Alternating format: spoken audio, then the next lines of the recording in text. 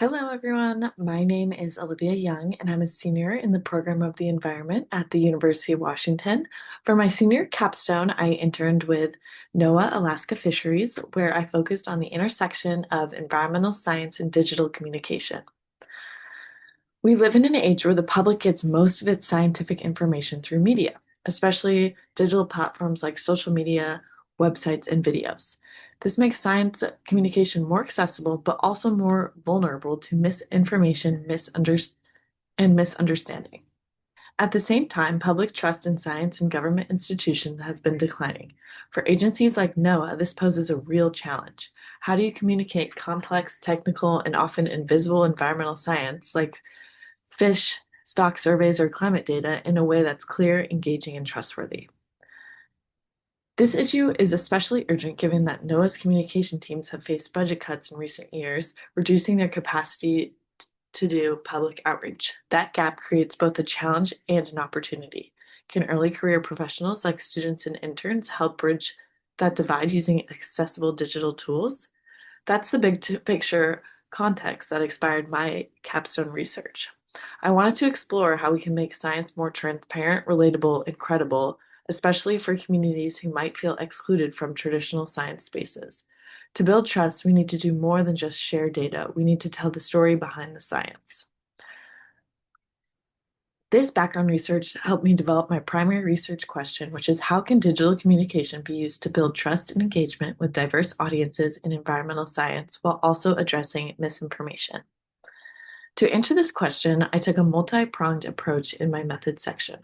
First, I created digital content for NOAA, including social media posts, infographics, and articles, one of which is shown in the example section, which I'll get to later. Second, I conducted a literature review on best practices in scientific communication with a focus on transparency and public trust. Finally, I designed and distributed a survey to students and faculties in the UW Environment and Communications Department to assess what kinds of digital communications were seen as most trustworthy and effective. As I analyzed my survey results, literature, and examples of NOAA's outreach, I noticed three main results that stood out to me in terms of effective communication strategies. The first being engaging visual content builds trust and understanding. Survey participants overwhelmingly rated videos as the most engaging and effective format for learning about environmental science. In Figure 3, it shows that video content was preferred over static articles, social media posts, or infographics. This makes sense. Videos combine visuals, narrative, and storytelling, which makes it easier to understand complex topics like fisheries research. It also helps humanize the science by showing the people and process behind the data. Second result I found was authentic and culturally relevant messages matter. From the literature, I found that messages tailored to specific communities, especially those that acknowledge cultural values or lived experiences, are more likely to build trust. This means communication shouldn't be just fact-based, but emotionally resonant. People respond to what they see themselves reflected in that message.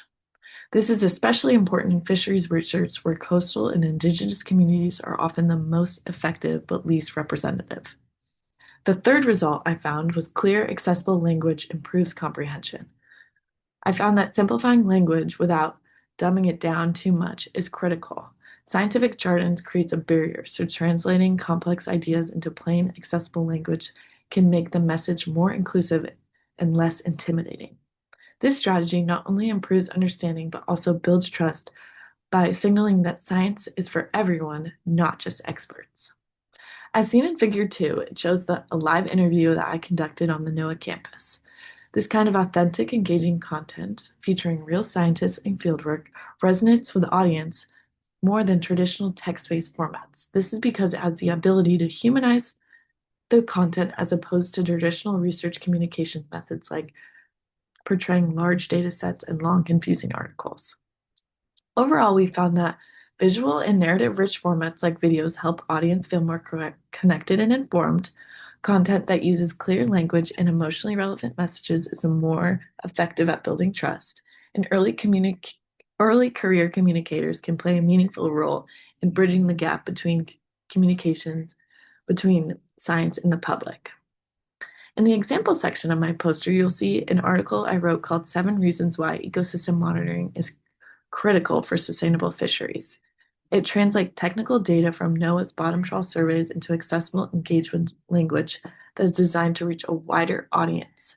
This article content is also connected with a short, engaging video to connect with audiences in a different format.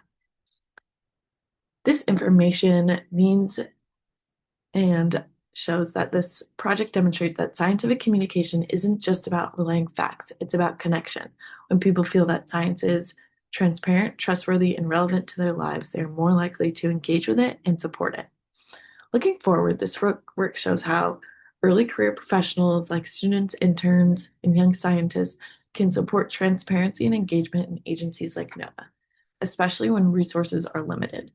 It also highlights the need for more research on what kinds of messaging works best across different communities.